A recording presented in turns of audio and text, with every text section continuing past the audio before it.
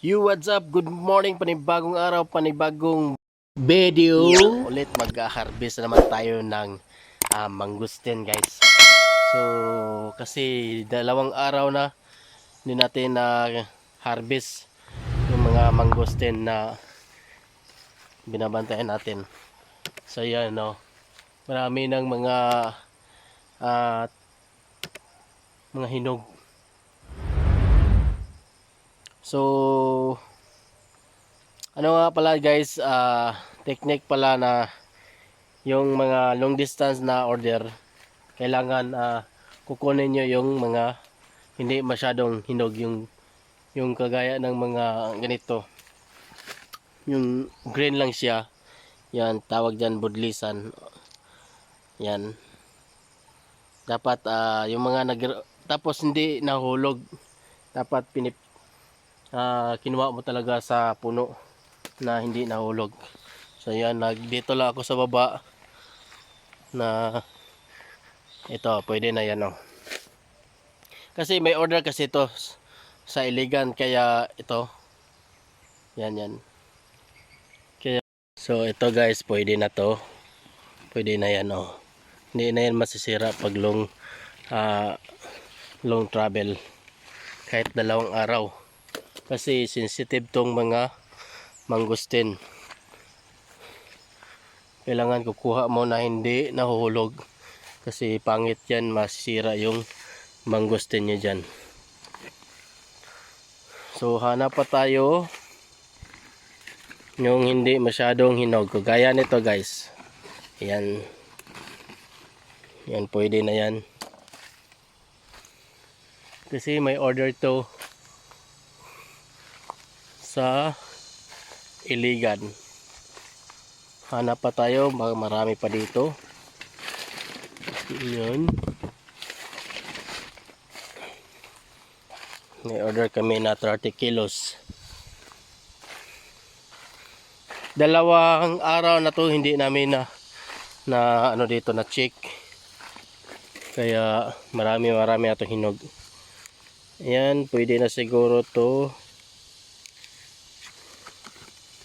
pwede na to, budlisan.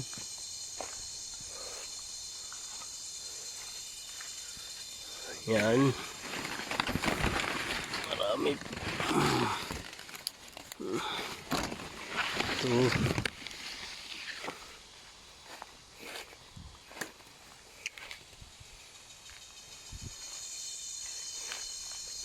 Hanap lang tayo sa baba, meron pa sa taas, meron yata sa, ayan, pwede na yan. So ito na guys yung nakukuha namin ngayon. Yan, subang dami na, sa baba lang yan. So medyo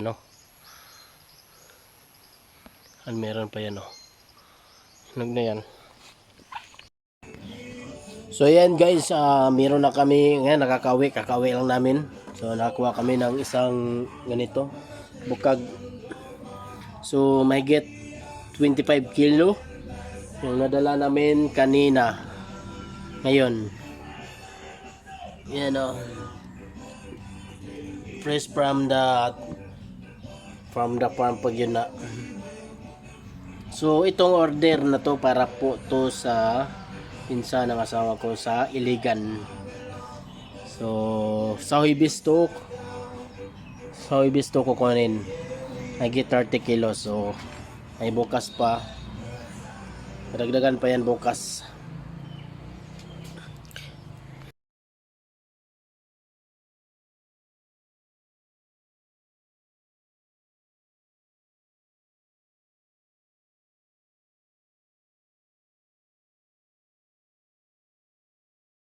So siguro bukas na siguro kami mangunguha, kasi parang pangit yung panahon ngayon. Parang umaambon, umulan. Kasi kadalasan dito almost every afternoon may ulan. So kaya bukas na lang kami mangunguha, mag-harvest ng rambutan, mangustin.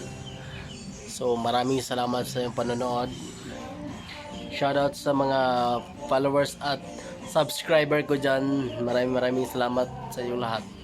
God bless po.